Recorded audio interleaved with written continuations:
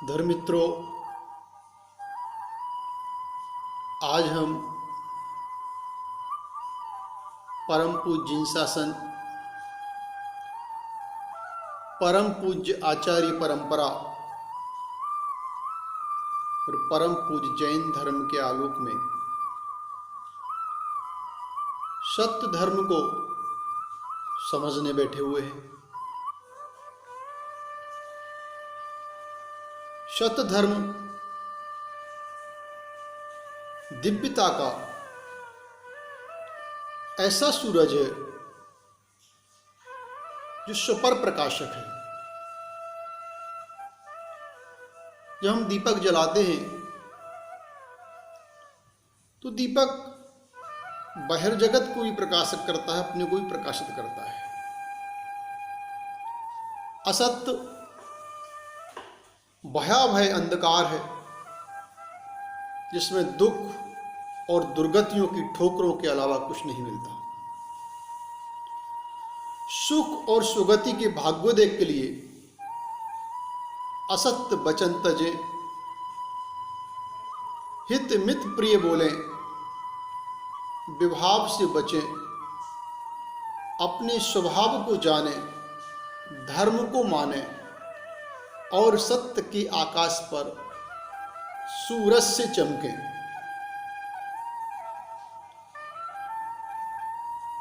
जब हम असत्य बोलते हैं तो बस झूठ से ही नरक पहुंचा, वह नरक पहुंचा। मैं कह रहा हूं कि जब हम झूठ बोलते हैं तो नरक में ही होते हैं, क्योंकि हमारी आत्मा उस समय एक उलझन महसूस करती है, तड़पन महसूस करती है, और हम उस तड़पन को, उस उलझन को न सुनकर वर्तमान के किसी स्वार्थ के वशीभूत, लोभ के वशीभूत झूठ बोलते हैं। सर्वप्रथम जो वस्तु है उसको नकार देते नहीं। छोटा बच्चा घर में था, आप थे, बाहर कोई पैसे मांगने आया, आपने बच्चे से कह दिया जाओ कह दो पापा घर में नहीं। बच्चा बच्चा था, वह बाहर गया, वो जाके बोल दिया चाचा चाचा पापा बोल रहे हैं पापा घर में नहीं है। अब आपने बच्चे को झूठ बोलना सिखा दिया। आप थे, उसने कहा नहीं। फिर एक दिन कोई और आया, आप थे नहीं घर में, बच्चा झूठ बोलना सीख चुका था। उसने कहा पापा घर में हैं, बोले जाओ अंदर बैठे। वो व्यक्ति अंदर गया, आप थे ही नहीं, ताली बजा करने लगा, उल्लू बना दिया। उसने अविद्वान को विद्वान कह दिया। जो नहीं था, इंद्रियों में सुख नहीं है, सुख आत्मा में है, लेकिन हम मान रहे हैं। तो इंद्रियों में सुख नहीं है, अविद्वान है वहां, लेकिन हम विद्वान मान रहे हैं। आत्मा में सुख विद्यमान है, हम उसको स्वीकार नहीं कर रहे, हम इंद्रियों में देख रहे हैं। पर एक प्रकार से झूठ बोलते हैं कि वस्तु को अन्य रूप कह देना। मुनि श्री समता सागर जी महाराज ने हित मित प्रिय सत्य को समझाने के लिए एक उदाहरण दिया कि एक राजा काना था, तो उसको अपने कानापन से एक क्षोभ था, एक गिलानी थी। उसने चित्रकारों से कहा मेरा सुंदर चित्र बनाओ। एक चित्रकार ने सोचा कि राजा एक आंख का है, इसे दोनों आंख का बना दिया जाए, राजा प्रसन्न हो जाएगा। उसने राजा को दोनों आंख का दर्शा दिया। यह जो चित्र है प्रिय तो है लेकिन सत्य नहीं है। दूसरे चित्रकार ने ऐसा चित्र बनाया कि राजा धनुष बाण चला रहा है, तो उसका जो आंख नहीं थी उस तरफ उसका जो खींचने वाला हाथ है आ रहा है, तो फूटी हुई आंख छिप गई और इस चित्र में पराक्रम भी झलक रहा है। ये चित्र सत्य भी है और प्रिय भी है। तो ऐसा वचन ना बोले जो वचन घातक हो, किसी को तकलीफ देने वाला हो। मुनिराज से शिकारी ने पूछा, इधर से हिरनी या गाय गई क्या? अब यदि वो कहते हैं कि गई तो वो जाके उसका शिकार करेगा, और गई है और नहीं कहें कि नहीं गई तो झूठ का दोष लगेगा। तो आचार्य ने कहा कि ऐसा वचन जिससे किसी की प्राणों की रक्षा होती हो वह सत्य है, और ऐसा वचन जिससे किसी के प्राणों का घात होता हो वह असत्य है। मतलब ऐसे वचन नहीं बोलना जो किसी को पीड़ा देने वाले हों। पूछ रहा है शिकारी चिड़िया हाथ में लेके सत्यनिष्ठ व्यक्ति से, ये जिंदा है मरी? अब वो कहेंगे कि मरी है तो तुरंत गर्दन दबा देगा, वो मर जाएगी।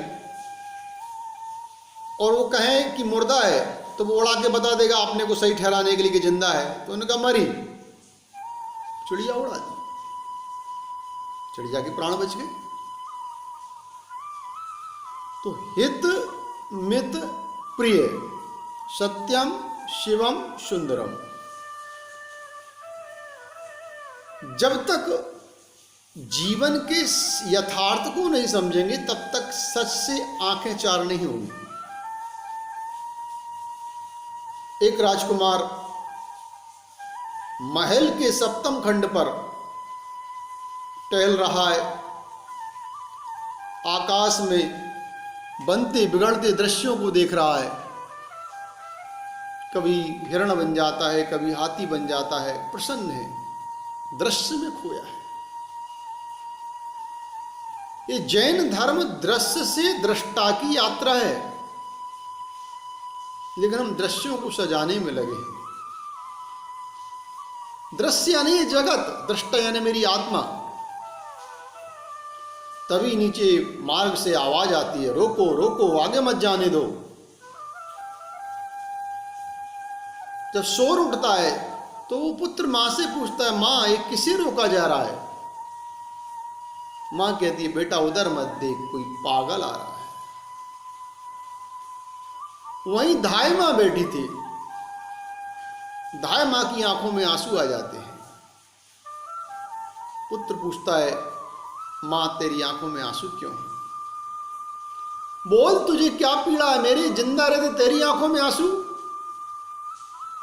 वह पुत्र धरती पर बोझ से ज्यादा नहीं है। जिनके जिंदा रहते उनकी मां की आंखों में पीड़ा के आंसू है।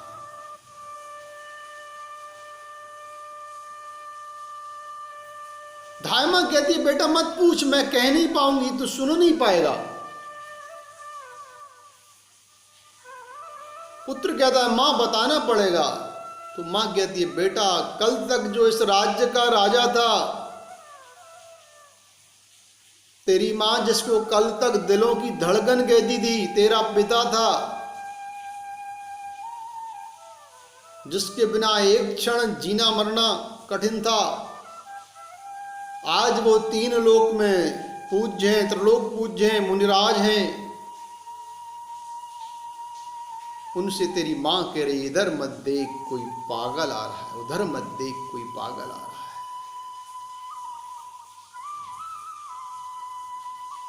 पुत्र सुनता है, पुत्र को वैराग हो जाता है, और पुत्र महल से उतरकर मुनिराज के पीछे वन की ओर चला जाता है।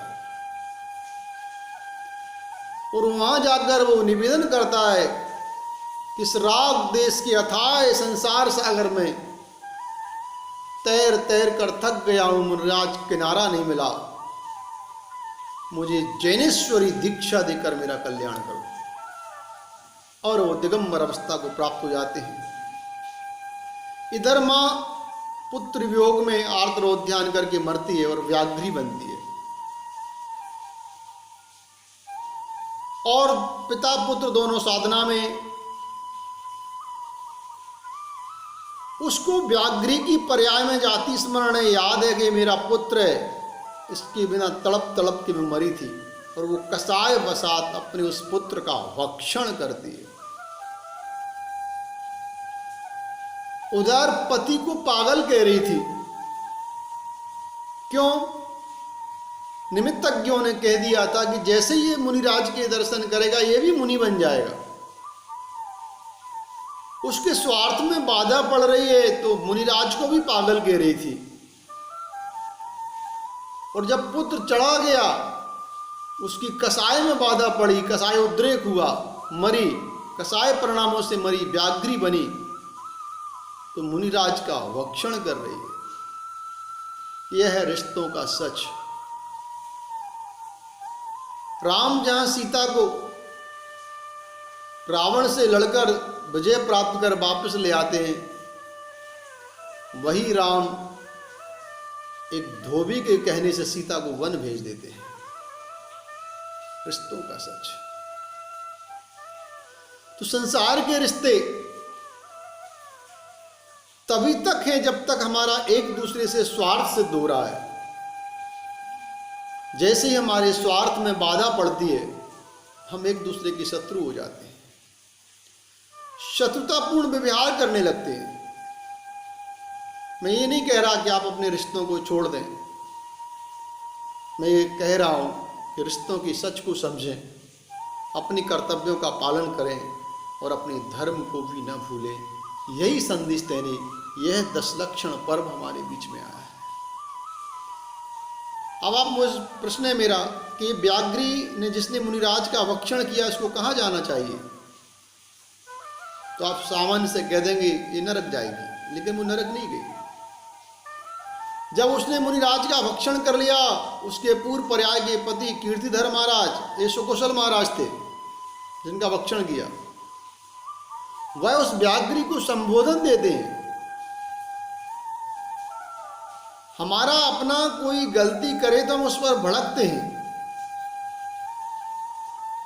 उसका बुरा बुरा सोचते हैं, उसके बारे में असम्यक विचार करते हैं। लेकिन जिन कीर्तिधर महाराज के सामने उस व्याघ्री ने मुनिराज का भक्षण किया था, वो आत्मीयता से भरकर उसको संबोधन देते हैं, उसको संबोधन देते हैं, ये तूने क्या किया? उसकी कसाय उस समय तक शांत हो चुकी थी। मुनिराज संबोधन देते हैं, तूने क्या किया? अपने नरकों का निदान कर लिया, पहले ही अशुभ पर्याय प्राप्त की थी, बहुत को प्राप्त होती है। पश्चाताप करती हो कि उसकी आंखों से आंसू बहते हैं।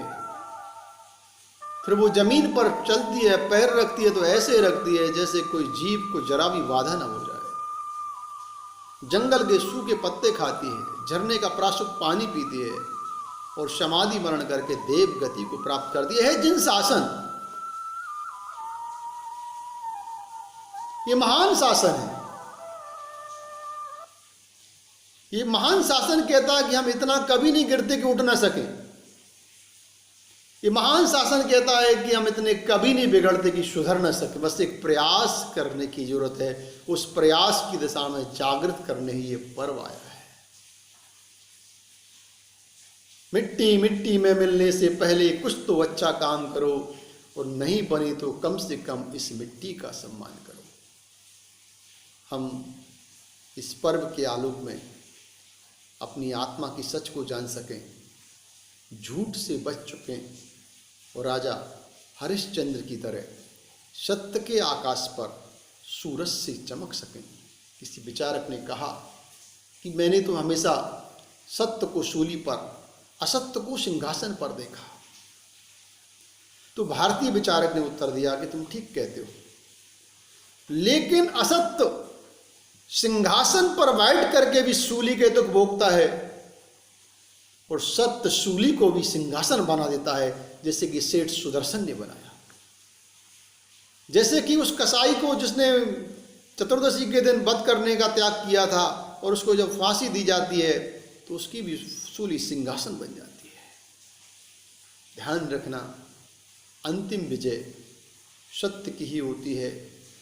झूठ के पैर नहीं होते, वह सत्य के पैर उधार लेकर चलता है। व्यापार व्यवसाय में यदि आप सोच रहे हैं कि आप मायाचारी से ठग विद्या से ग्राहक को ठग रहे हैं, ध्यान रखना, तुम अपनी मायाचारी ठग विद्या से ग्राहक को नहीं ठग रहे। ग्राहक ने जो तुम्हारे पूर्व के अच्छे व्यवहार पर विश्वास कर रखा है, उस विश्वास के कारण तुम उसको ठग पा रहे हो। जिस दिन उसका ये विश्वास टूट जाएगा, फिर तुम उसको ठग नहीं पाओगे। अतः हम सब इस परम पावन दशलक्षण पर्व में अपने निज धर्म को प्राप्त हों, इसी मंगल भावना के साथ आप सबको जय जिनेंद्र, ओम शांति। परम पूज्य गुरुदेव विद्यासागर जी महाराज जी के चरणों में त्रिवार नमोस्तु करता हूँ। जय जिनेंद्र।